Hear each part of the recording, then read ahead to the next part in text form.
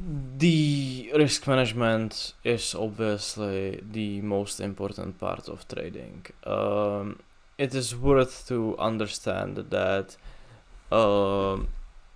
this is not a holy grail to trading. There is no strategy which is a holy grail to trading. You are taking a trades which have a skewed risk reward for your favor, but outcome of every trade is basically random.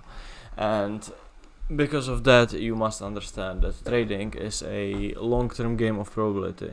Building a risk management profile and sticking to it is a key. You cannot risk 10% of your account on one trade and then on the next trade risk 1% of your account.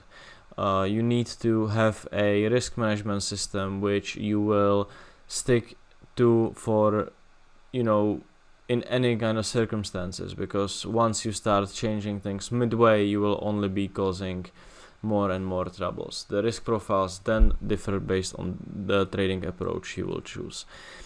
Before we are going to take a look at a risk management, I want to talk about brokerages, because this is something not many people talk about, especially in crypto, because everyone is too busy promoting their referral links for brokerages as they get money from that. But brokerages can go down, especially in crypto. There is a quite a high likelihood of any exchange just disappearing any day, and this is also case for futures, which happened plenty of time in past. Because of that, there is no reason to exposing yourself to brokerage risk, thanks to the leverage. I covered leverage, but obviously leverage allows you to open a bigger positions than your actual account is. So if you have $1,000 in your account, you can, with $1,000 in your account and obviously the 100x leverage, you can open a position which is worth $100,000. Should you do something like that? Of course not, but this is obviously a problem with leverage, which people often blame for their personal losses because they basically just gambling. But if I want to be trading with $100,000, I don't need to have those $100,000 on a brokerage account. Usually what I keep is around 20%. Okay, nowadays I have a little bit more. I have around 30% in the derivatives account, but there is absolutely no reason for that. Obviously, your broker, it looks like you are risking 5-10% for on every trade, but in reality you are just keeping your money safe somewhere. If you are trading futures, this obviously can be your bank account. If you are trading crypto, you can put the money in work. You can hold a spot, or you can do any delta neutral strategies, or you can just kind of be farming any passive yield in stable coins. For example, even something like FTX will pay you around 5-10% a month, and if you spread this money across different venues, you will be earning some passive income on your money, rather than just having everything in one futures account and trading with that. The risk reward ratio measures how much you risk compared to your reward. This is the most kind of a simple tools to risk management, but it's never fails. It's a good thing to use. Obviously, the more experienced traders do more experienced things, but I still stick to this classic model of risk reward ratio because it's just simple and it works. There is no reason to overcomplicate things. By taking trades with favorable risk reward ratios, it will lead to longevity in trading and your account just growing. So if you take a look at this example here, you can see that you are risking a 5% move to the downside in the asset, and your reward is if this market will move 10% higher. So obviously, if you will risk $1,000 by entering here and your stop is placed here, which would lead to this loss of $1,000, as market will, hit this 2-to-1, or this is 196 risk to reward ratio, you will be walking away with $2,000 by originally risking $1,000. So this is the classic approach to risk to ratio, which just simply works. Let's take a look at some different equity curves. This is assuming you are starting with $10,000 and you have 1-to-1 risk to reward ratio and you are winning a 50% of times. This is basically your coin flip in terms of kind of a distribution of winners and losers. And as you can see, the equity curves are also kind of randomly distributed. There's one which had a nice streak of winners and ended up quite positive, but the others just kind of fluctuate around the starting point, and basically half of them is in the drawdown and half of them is in slight profit. This is, if you remember the kind of the standard distribution in the auction market theory, this is no different. You have your kind of a value area here where 70% of these equity curves happen, and then some of these are outside of this standard distribution basically. 10,000 euros to begin with, but you are winning in 70% of your trades, and you can see how even having a 1-to-1 risk to reward ratio, so for $1,000 you risk, you will lose $1,000 or win $1,000. You can see that over 100 trades this is nicely growing up, but this is still not something where I would say you want to be. But this is just an example of this thing just growing slowly after the 100 trades. This is starting to get closer where you actually want to be. $10,000 to begin with, still 50% win-loss ratio, so you are basically flipping a coin if your trader is a winner or loser, but your winners are twice as big as your losers.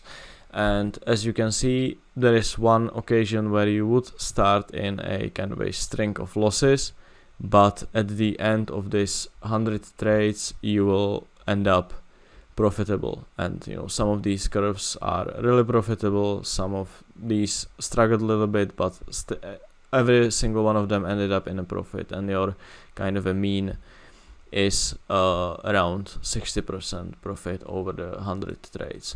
So this is a 500 trades, and this is this kind of longevity I was talking about. You can see that over 500 trades, all these kind of drawdowns are really not even visible, and you are just ending up in profit on all of these equity curves.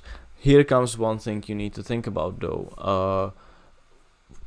How long it will take you to execute these 500 trades. If you are day trading and you take 10 trades a week, it's going to be quite quick. It will take you a couple of months.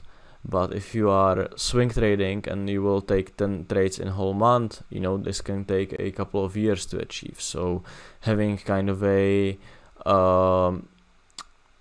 understanding of how long these things can take is important. Also, all these equity curves are risking only 1% of your account on each trade. So in all trades you are starting with 100 euro risk, and once your account is growing, obviously your risk is also increasing.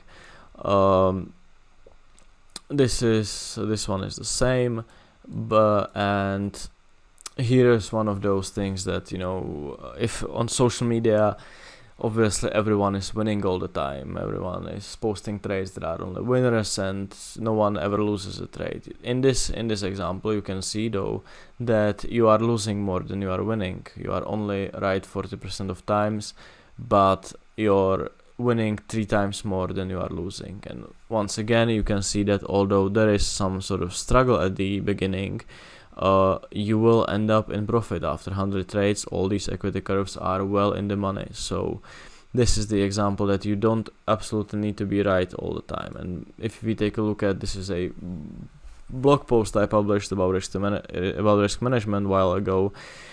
Here is a table of probability of consecutive losing trades based on a winning probability.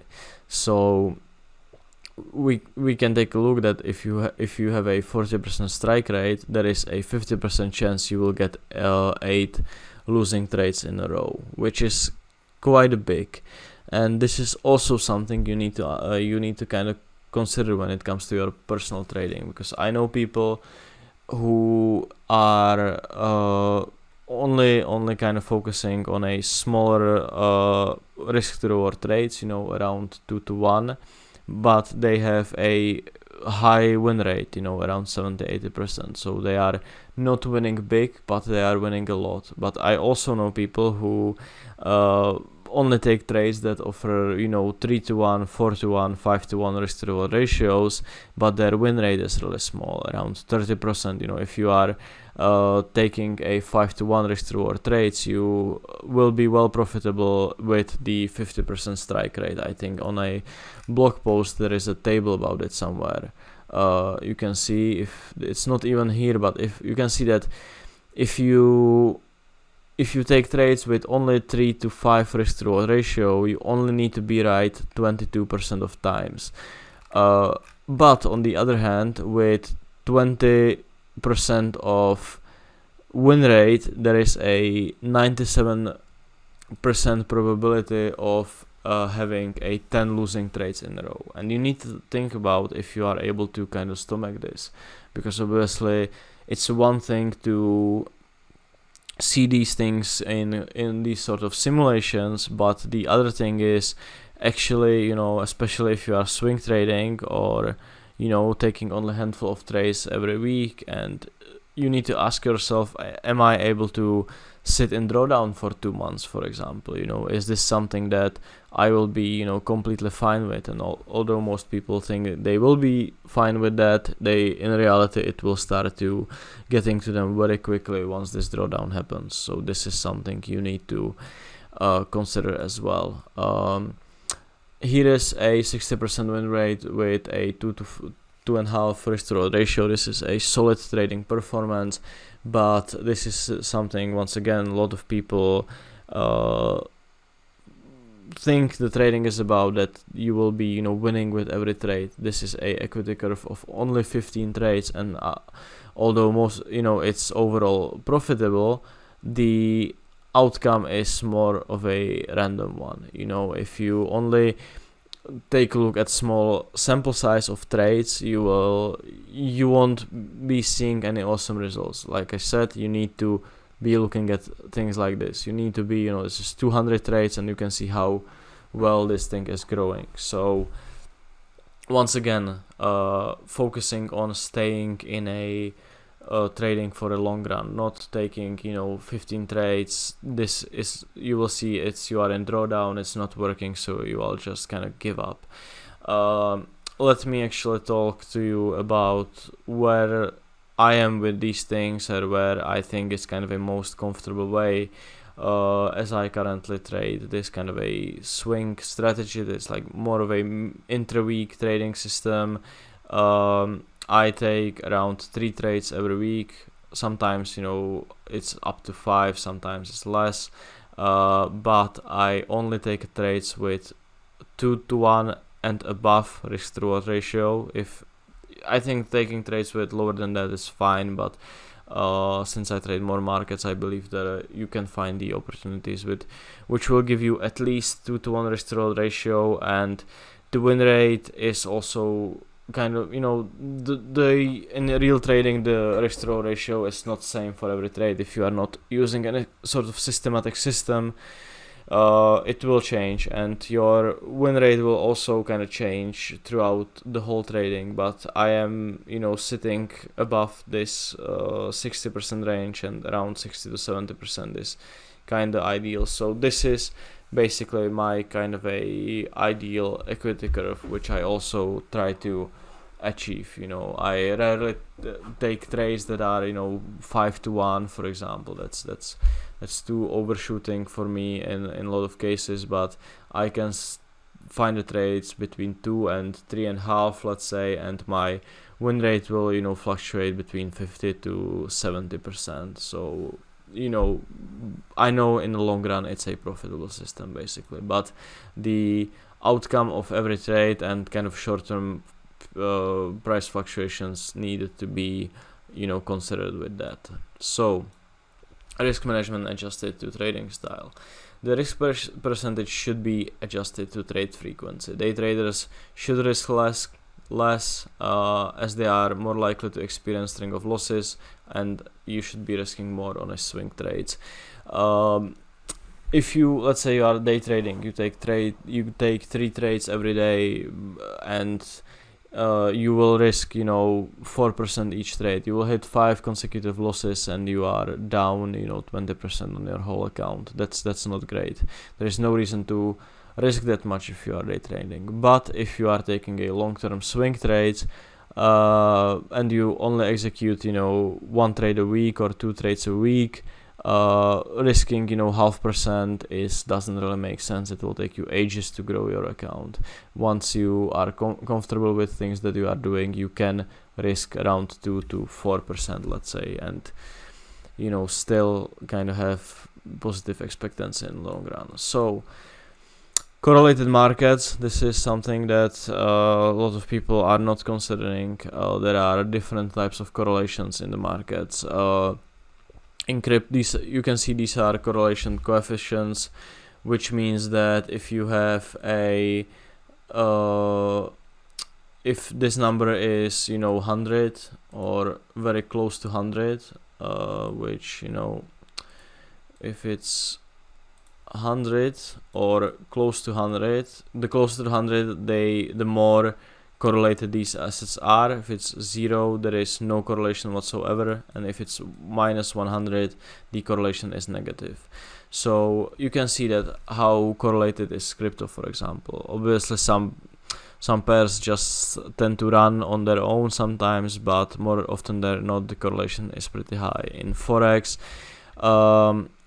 the pairs are also highly correlated. You know, Euro USD and GBP USD has 88 correlation, and USD Swiss against GBP USD has negative 97 correlation. In the kind of futures and index futures also the correlations are quite high. You know, ES and NQ has a 96 correlations, and overall these markets are correlated. Why this is important? It's important because let's say that you take a long in Euro USD, GBP USD, and you will short USD Swiss. You will take these 3 trades at the same time because you see the setup, you know, happening in them. This is all great, but it only takes one kind of piece of news that will cause a strong dollar, and which, you know, will more likely than not lead to losing trades in EURUSD, GBPUSD, and, you know, all these 3 pairs will end up in losses, you know. So, and you will keep wondering what happened, and you just lost 3 times your kind of a original risk at basically the same position, because, you know, you were betting against a strength on a dollar. Same when it comes to crypto. You know, you will buy 5 different altcoins, and then, you know, Bitcoin will just decide to dump 10%. You know, there is quite a bit of likelihood these altcoins will just go down with BTC, even though you might have some solid setups in them. So once again, you need to understand these things, because obviously if you buy 10 altcoins, you will risk 2% on each trade, and Bitcoin will dump. You are down 20% in basically one kind of sitting. So this is not ideal thing. So this is why you need to kind of understand these inner market correlations basically. This is why I try to trade less correlated markets, although I trade something like ETH and BTC at the same time, but then I trade Euro, Gold, Crude, and ES, you know, although they are correlated in, you know, different forms. For example, you can see that there is 70% correlation with gold and crude. It's still quite high. ES and gold has 74% correlation. They are correlated, but there if you know the correlation is not really 100 or above 90, still it's better than having such a high correlation. So this is something you need to pay attention. As you can see, like Euro stocks and DAX have basically 99 correlation. This is basically they go hand in hand most of the times. So yeah, the correlated markets are something you need to be aware. Stops and take profits. Placing a stop at a level where your trade idea is no longer valid. We talked about this when we covered different setups. There is no reason to move your stop. What people often do is they place a stop in the market and market starts going against them, and they will start to giving the trade more room. They will start moving their stop loss, which will essentially just cause in losing more money. If trade is not working and it's going to against you, take your stops and move on. If you will start moving your stop, you will end up losing more money if it's not going to work out. And if it's going to work out, it will just lead to a bad practice. Then you will repeat it and eventually you will lose money again. I covered where you put stop losses for different trading setups. Obviously, it's a technical type of trading, so your stop has to be at a technical level. Taking profits where a market can turn against you. Once again, I mentioned this. You are placing a take profits at levels relevant to your time frames you are trading, and you are not trying to run every trade to extreme gains, because markets are going to turn against you, and if you are not going to take your profits, you will end up giving it back to the market. So you don't want to do that. You want to be sticking to your, once you place your stop loss and once you place your take profit, you will just leave it there. And if your take profit gets hit and market will continue to the direction, well, that happens, but there is nothing you can do about it. You followed your plan, you made your money, and it's time to look for another setup. Without stop loss and take profit, obviously you are not able to calculate your risk to reward ratio. I know people who are trade without stops and who are trade without take profits. It is possible thing to do, but it's much harder to know your kind of expectancy in the long run. So if you are not 1000% confident with things that you are doing, stick to this classic trading approach. Partial profits are lowering your risk to reward ratio. This is, I know a lot of people are taking partial profits because it's comfortable thing to do. Market will go to your favor and you will just close half of the trade and move the stop loss to break even, so you can be like, yeah, I made the money here, it's free trade now. Well, in reality, and there is a blog post about this, if you are going to check out my risk management article, I linked the original piece there. This is right here, so you should go and read that, because what this guy did, he ran different types of simulations, and you can see how much he basically, how much of profits he basically gave away by taking a partial profits. Partial profits can work sometimes, but once again, you are ruining this whole idea of classic risk to reward ratios, and you won't be able to, have any sort of expectancy if you will be just cutting trades all the time. So I don't do partial profits, although it's comfortable thing to do. You take a trade, you make a little bit of money, you cover something, you go to break even. It's you'll feel better about yourself, but in the long run it doesn't really make sense. Break evens and evolving are, if you are a technical trader, putting stop to break even is the least technical thing you can do. Obviously, but the break even is often kind of just a random thing. Let's say you this is not a best example here. Let's just very quickly look at just some example. Let's say that you short after close of this candle, expecting something here to hit. Market will move your favor, you will go to break even, you will get taken out and the market will move down.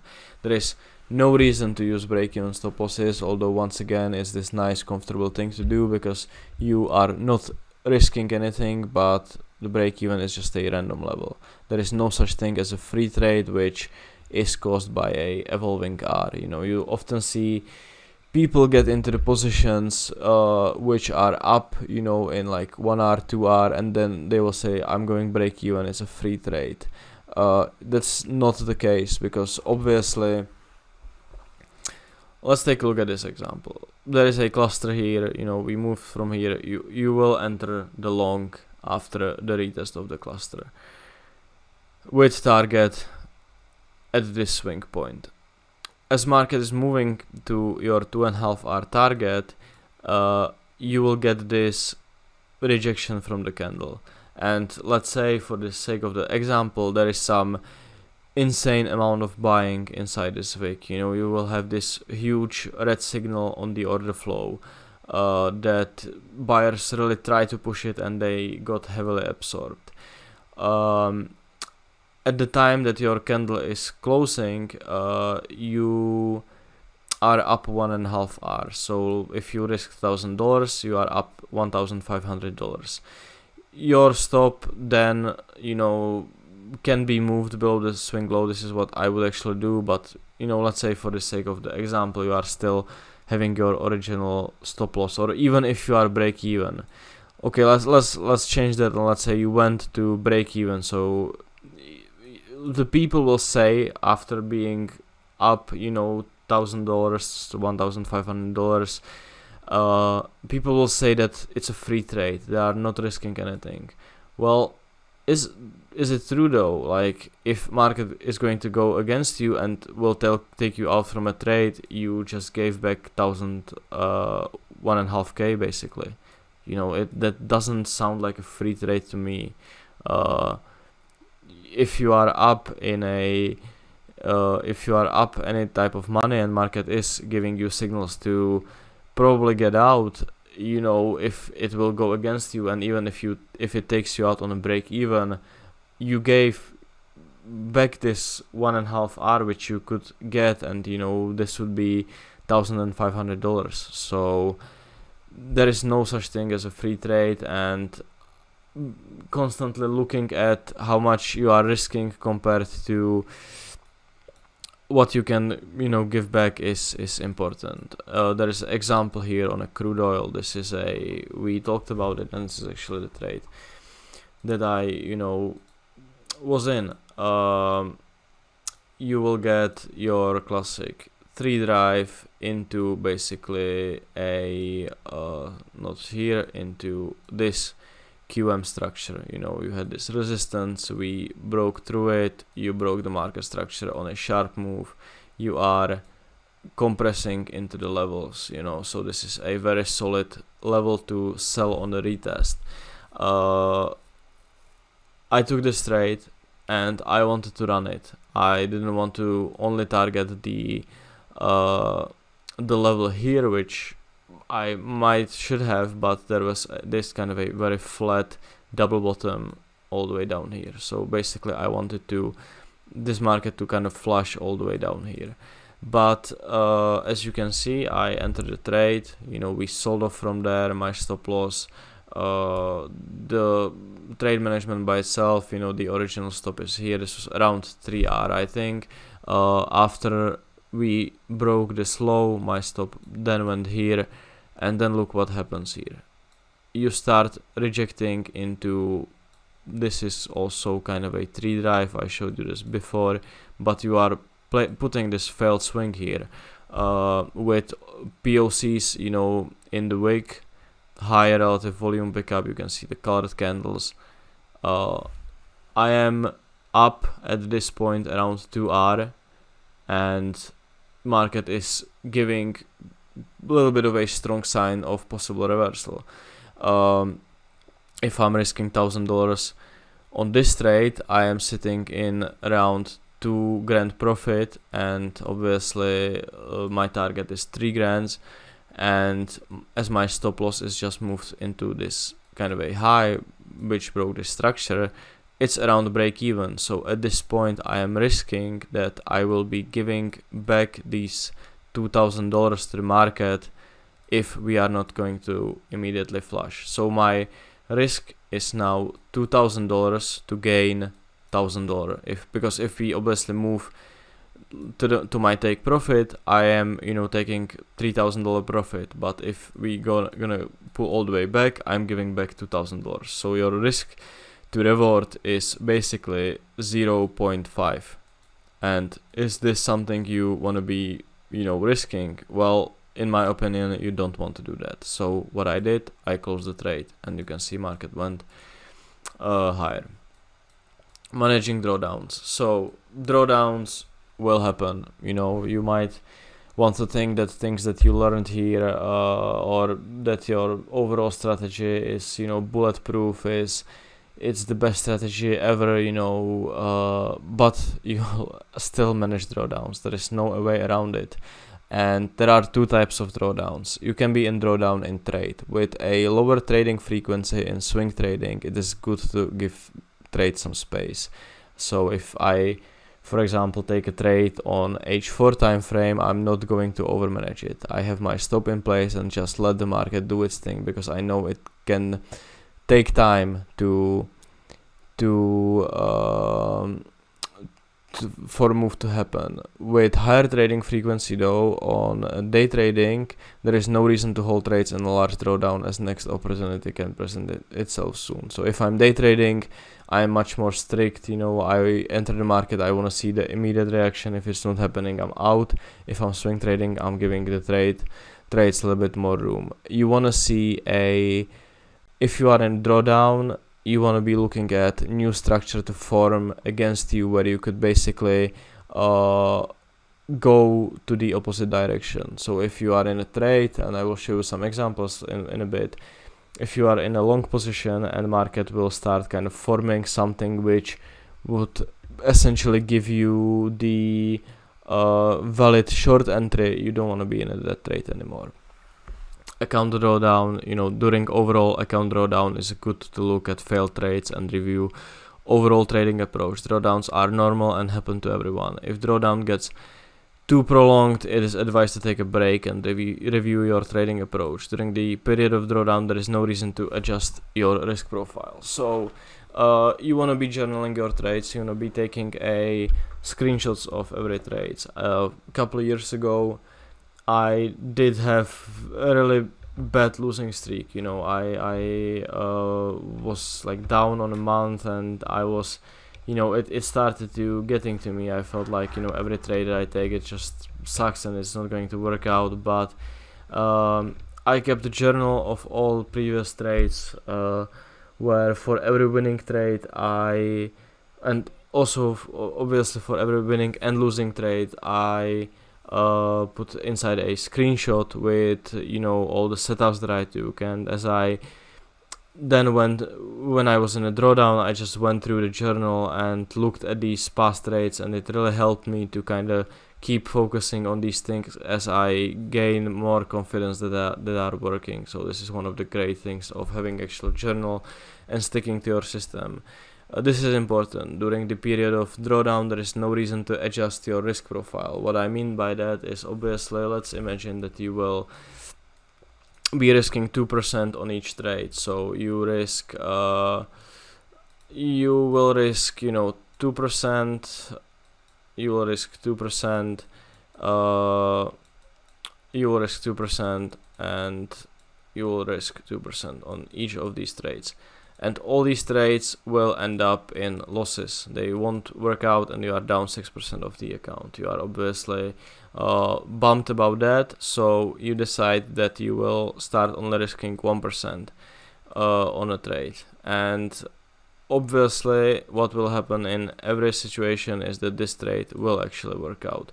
So you are now down 5%, you take 2 more trades with 1% risk, they will also obviously work out. So now you are still in a 3% drawdown. If you would stick to your original 2% risk, you would be basically at break even. So this is why, if the drawdown is not extreme and it's not prolonged when you actually have to take like overall break. There is no reason to adjust your risk profile after just a few trades. Just stick to what you said you will be doing. This is one of those examples for day trading when you will just bail out from a trade. There is a failed swing on this intraday time frame. You have these buyers trapped for whatever reason, you will just go short. Market will then sell off, but look what is about to happen. The huge pickup in selling and also the longs will puke. This is a net long and net short indicators. I didn't include it here because I don't use it all the time, but it's tracking open interest in exo charts. It's only available in exo charts, and it's straightforward, it's just tracking open interest of long and short positions, but I'm not using it that much to include it here. I just sometimes look at what is basically the important thing here is this kind of a down delta in the next candle. So you are in a little bit of profit, but then market is starting to go against you. If you decide to stick to the trade, then you have this. Basically, this is your new kind of a cluster, and this is new kind of a structure. You are getting out from a trade here. There is absolutely, like, I would personally just bail from a trade the minute it starts to pull back, because after selling like this, if market immediately is not going to continue, it's going higher. But if you decide to stick to this trade and market will form this kind of a new structure, this can be also seen as a QM, basically, where you have let's just wait a second, you have a support, you have this high, you break below it, and you make a higher high here. This is a valid reason to go short. You need to cut the trade here. There's no reason to hang around for a longer period of time. This is your swing kind of setup, so there is much less order flow, but the same thing, cluster, large sellers stepped in, it went below the structure. It's a good trading opportunity. You will go short here, but nothing is about to happen. Market will pull back, almost take you out.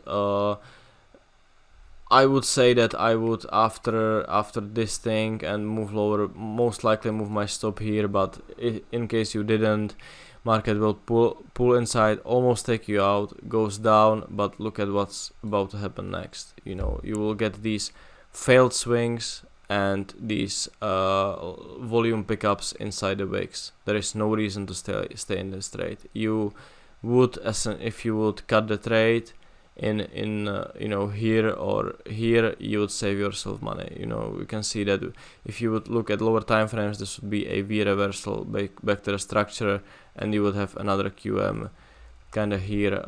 If you take a look at this level of support, basically, that gets broken, you make a new high after a V-shape reversal. This is a solid idea to get long. So if you are not, you don't have to flip your positions. This doesn't mean you must get long, but if you are in a short from here, there is no reason to stick around to experience a full loss. Okay, so the building accounts. In trading, you need money to make money.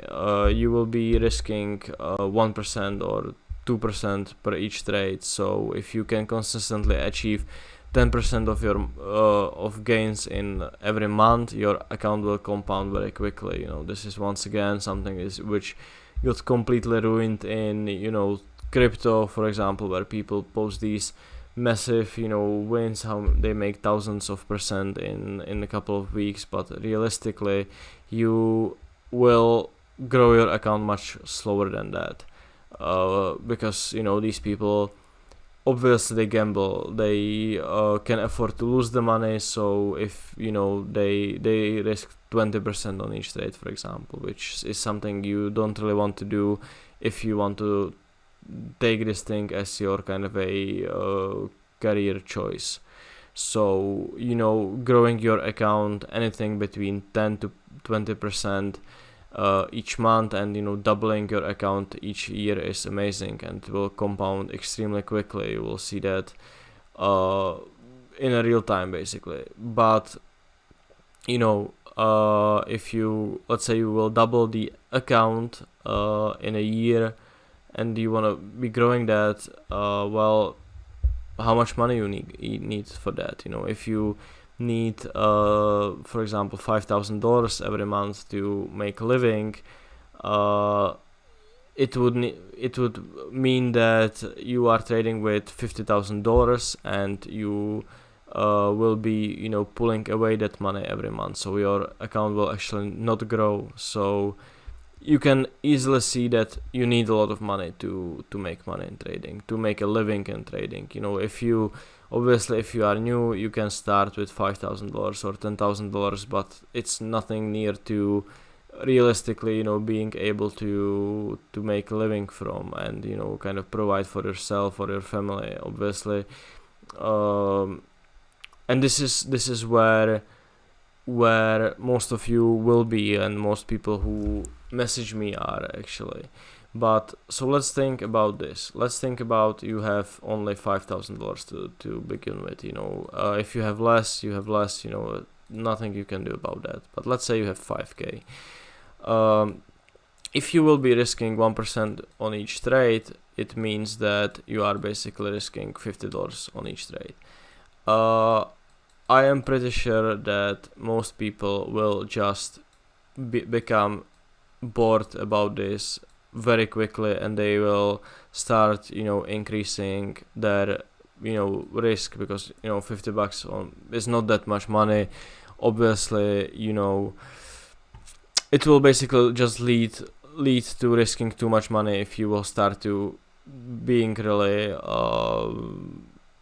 strict with small risking on a low on a lower accounts. But let's say that you will start, or what I kind of suggest people to do is start with this 5K and risk this 1% on each trade, and stick to it for 3 months. Okay, if you will stick to it for 3 months, and you are not running some strategy that will only trade one trade a week, but you will be doing this either day trading or kind of this medium intra-week trading, and you will be able to gather around 50 to 100 trades during this period, you will get a decent kind of a sample size of your expectancy. You will be able to see that, you know, you are basically trading a strategy with, I don't know, 60% win rate, and, you know, 2.5 hour risk to reward ratio. If you know this number, you will know basically that you where are we? There is a losing 7 or 8 trades in a row has only 2% chance. You know, and you will more likely than not won't risk more than 5 trades in a row basically. If you know that, you can then increase your risk parameters. You know, you will know that you are not going to be, you know, most likely won't lose more than 5 trades in a row, and you can say that for this smaller account like this, even if you lose 20% of your money, you will, you know, the 20% loss then would be $1,000. So if you will be able to stomach that, you can start risking 5% on each trade, which would be, you know, obviously equal to $200. And but if you will make a 10 hour each month, which, you know, obviously is kind of this if you will, you know, obviously if you lose a trade, you will lose 1 hour. If you take a trade with 3 hour and it's a winner, you made a 3 hour. So if you will average, for example, 10 hour on each month, this will obviously equal to $2,000. So you will be only on making a 10R on a month, which is I think a achievable thing to do. You will be making almost 50% of your overall account balance.